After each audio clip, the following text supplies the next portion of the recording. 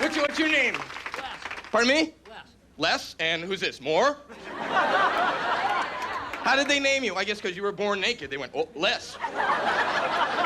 Anyways, moving right along with the show, the next guy just flew in from Atlantic City because walking would have taken longer. And you get it? What? You think you like it now? If you hear that joke twice, it really works. And he also won an Emmy. Ladies and gentlemen, put your hands together for Philip Welford.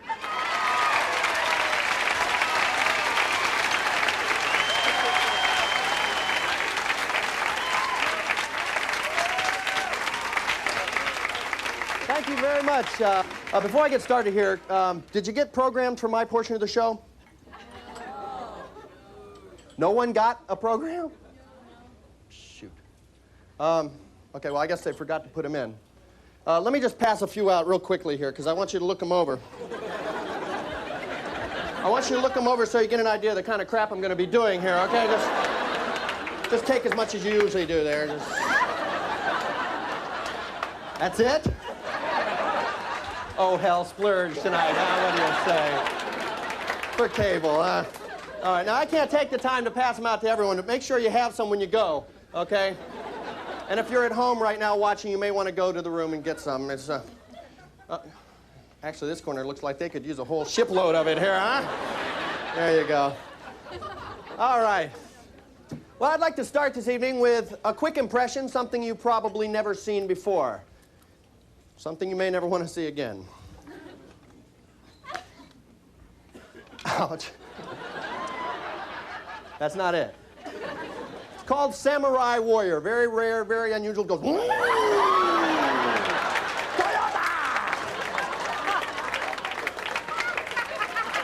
That's it. Doesn't get any better than that.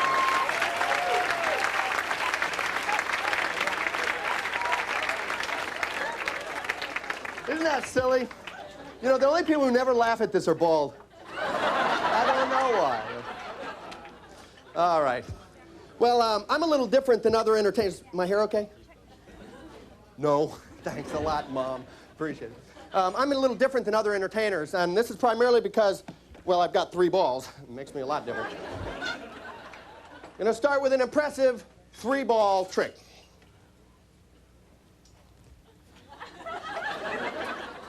Here we go. They don't pay me much in this show.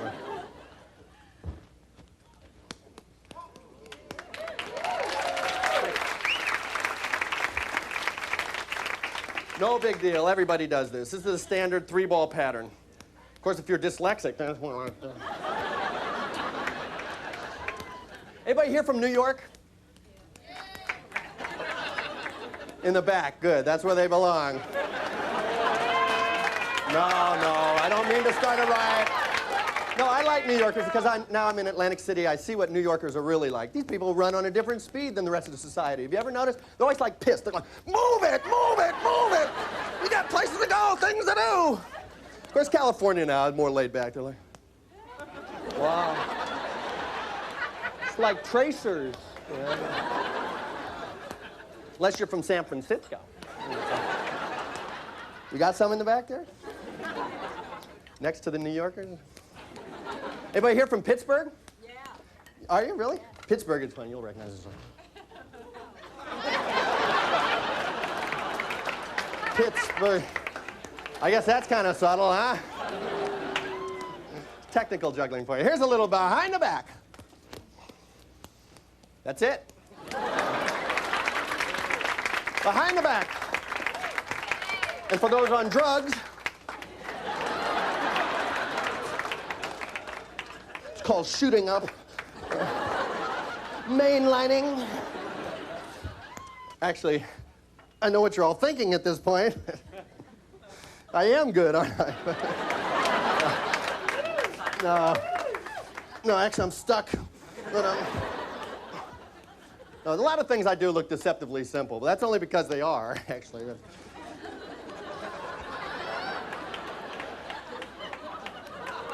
I'll keep doing it till you get it back there, okay? It's all done with mirrors. My favorite illusion here is...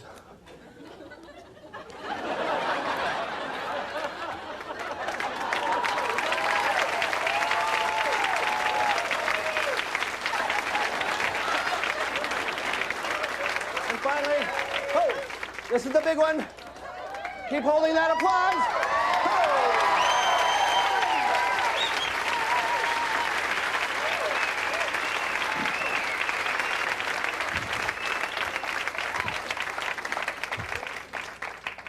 Believe me, that's taken years of practice there.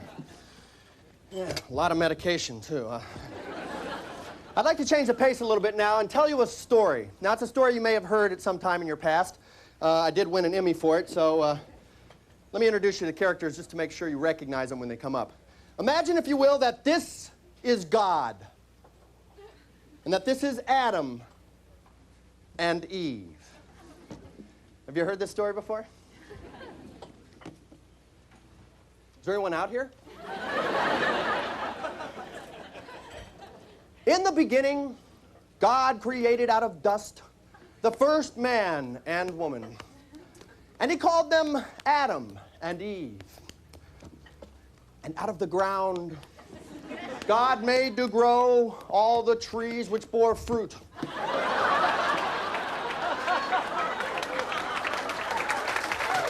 Thank you. Which was good to eat. It was hard to juggle.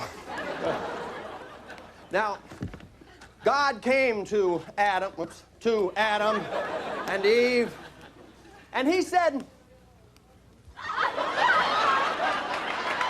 "You may eat of all the trees in the garden, but take my advice.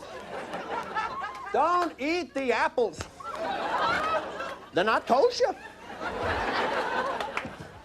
Now, Adam and Eve were naked,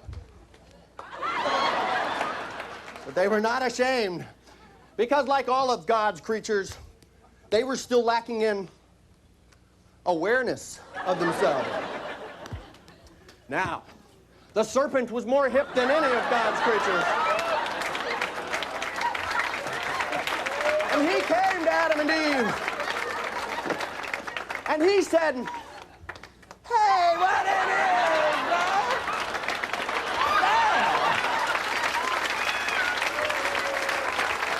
All right. Now tell me, my man, did the dude say it wasn't cool to eat of any of them trees in the garden?" Well, Adam answered saying, "Shucks, no, turkey. We can eat of all the trees. Except for that there tree of knowledge." Well, the serpent said, "Shit. Hold on, honky. You got it all wrong. He didn't say tree of knowledge. No, man. He said weed of knowledge." And sure enough, Adam and Eve saw that the tree indeed bore fruit, which was good to eat, and was a delight to the eyes. And so they took of that fruit, and they ate.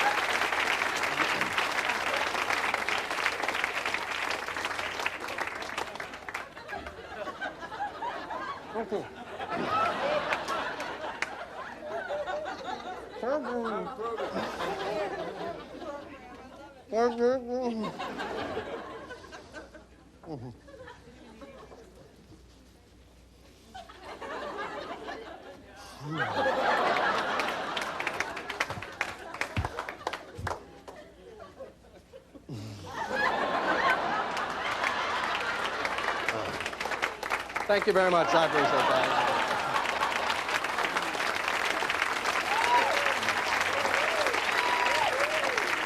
I didn't mean to put this on your table. I meant to put it over here to give it to them. Actually, let me tell you a little bit about that routine. I wrote it back in 1981 when I was a minister in Berkeley. And that's true. I was a liberal minister, obviously. I mean, we didn't have communion or anything like the Catholics had. Actually, what we had was more like happy hour. You know, those Unitarians, instead of bingo, we had craps, you know. But seriously, you know, Berkeley is right across the bay from San Francisco, and if you know anything about San Francisco, they're different over there. And I used to take a lot of my routines across to different congregations across the bay, and instead of telling the story of Adam and Eve, I told it as Adam and Steve. Gave it a completely different slant, you know. All right. Can I do some more for you? Are you with me?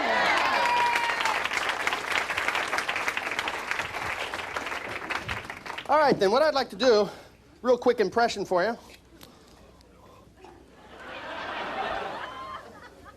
You've seen this before, haven't you?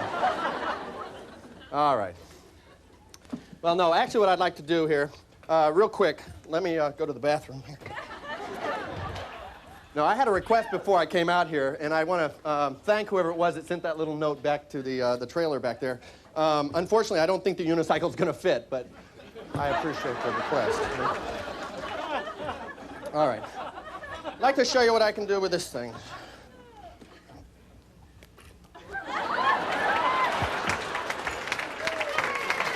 Quick! Quick, before they notice.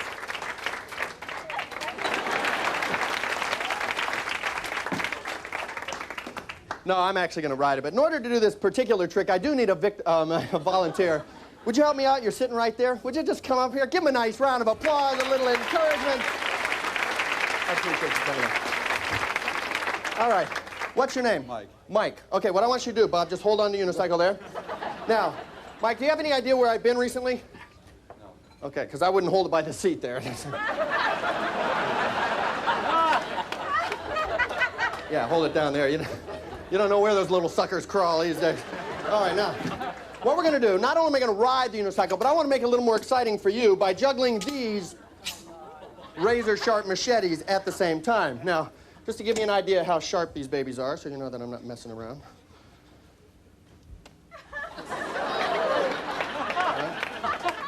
Now, well, check that out. That's 2-ply. You see that? All right. Okay, now, back stick in the pocket. You might need it a little later there. All right. You're obviously not impressed with the knives. Let's make it a little more exciting than that by giving you a choice between the razor-sharp knives or the flaming torches. Or what's behind curtain number 3? Your choice. The knives, the torches, the curtain. What's it going to be? The torches. Okay. So we'll give you the knives. Now, you chose the torches. This is your life. You deal with it. All right. Now, Mike, what I want you to do, real quick, just step over here. Put your feet together. Okay? Both of them, just like that. There you go. Now, get your back straight, your head up, okay? Protect yourself there. That's a joke, Mike. All right, now listen, no matter what happens in the course of this routine, okay, I want you to keep your head up, all right? Are you ready? I'm ready. Okay, and get your head up. Right. Here we go. Wait a minute. Okay. Just get my foot on the pedal. Okay, step towards me, so my balance. Oh, wait. My foot's caught in the spokes. Okay. Okay, I got it. All right. Okay, get your elbow out of my belly button there. All right. Now, what I want you to do, all right, you ready? Pick up the torches. Okay, wait a minute. Let me go down with you there. Just go. Oh. God. I just hope that was half as good for you as it was for me. All right, hand me those torches there. All right. Now, what I want you to do is light them, right? Reach into my pocket, get that lighter out there. It's the one with a lump right there. You come prepared. What, are you a Boy Scout or something? All right, go ahead, light them up. All right, that's it. Whoa. All right, don't panic. Don't panic. All right. You want to throw that lighter back there? All right, good catch. Now, this is what we're going to do, Mike. When I start juggling these things, I want you to run like hell, all right? Actually, just take your seat back there, okay? Ready? On your mark, get set. Okay, wait. Give him a nice round of applause. He's been a good sport. Thank you, Mike. Go ahead, take your seat. For my first trick here, I'm gonna wipe out the front row. Get your applause ready now. I've never worked on a stage quite this large before. Remember, the louder you applaud, the safer you are. Here we go. Hup, hup, ho.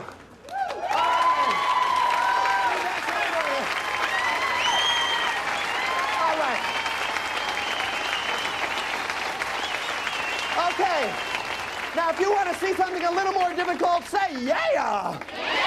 You want to see something a little more stupid, say yeah. All right, here we go.